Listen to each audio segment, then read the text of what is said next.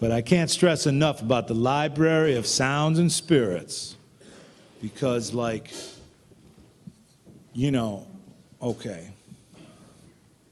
we're all here today, okay? But just in recent years, man, just over the last few years, we've lost a bunch of folks, inspired people that gave us some timeless music and some timeless, expressive moments.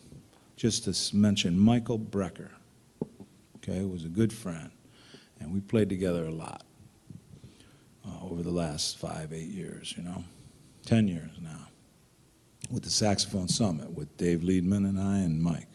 Now Ravi Coltrane is playing with us in that band. But, okay, Mike passed, it's already been 2 years now or something. Physically, he's not here. We can't go hear him and watch him play. But the way he played and the passion he had and the music he laid down is in that library that everybody's gonna be studying for a long time, and trying to reach for that high level of execution. Just like Dizzy Gillespie, who passed quite a few years ago now.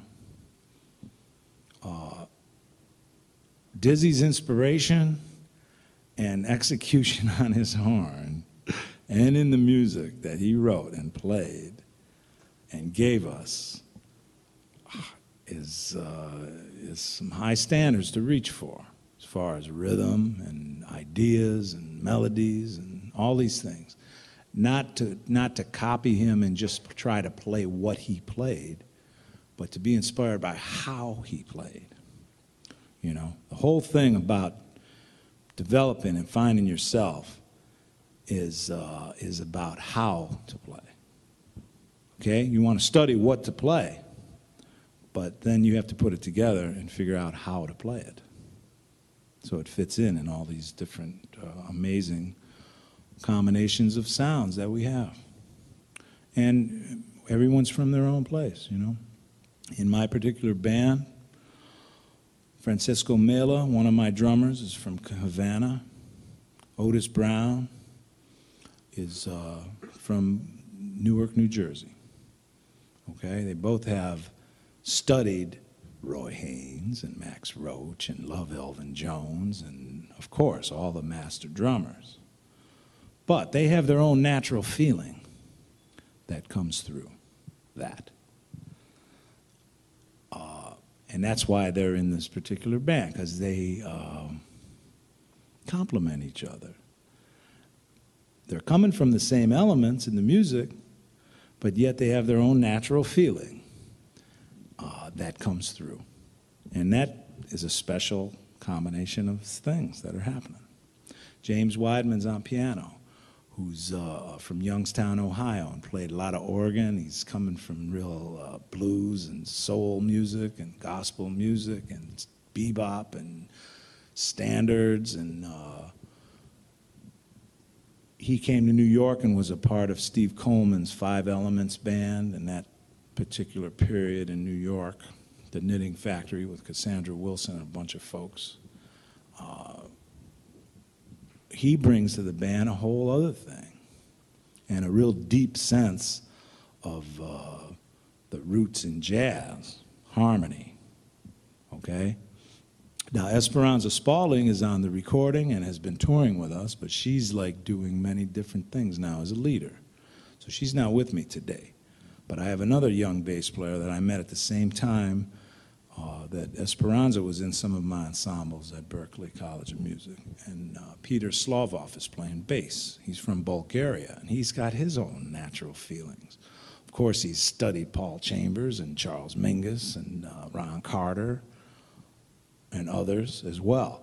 So he's coming from all those places in the music, but yet he has his own natural feeling too.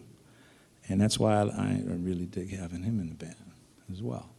So there's all these combinations and flavors within my rhythm section that fuel my ideas,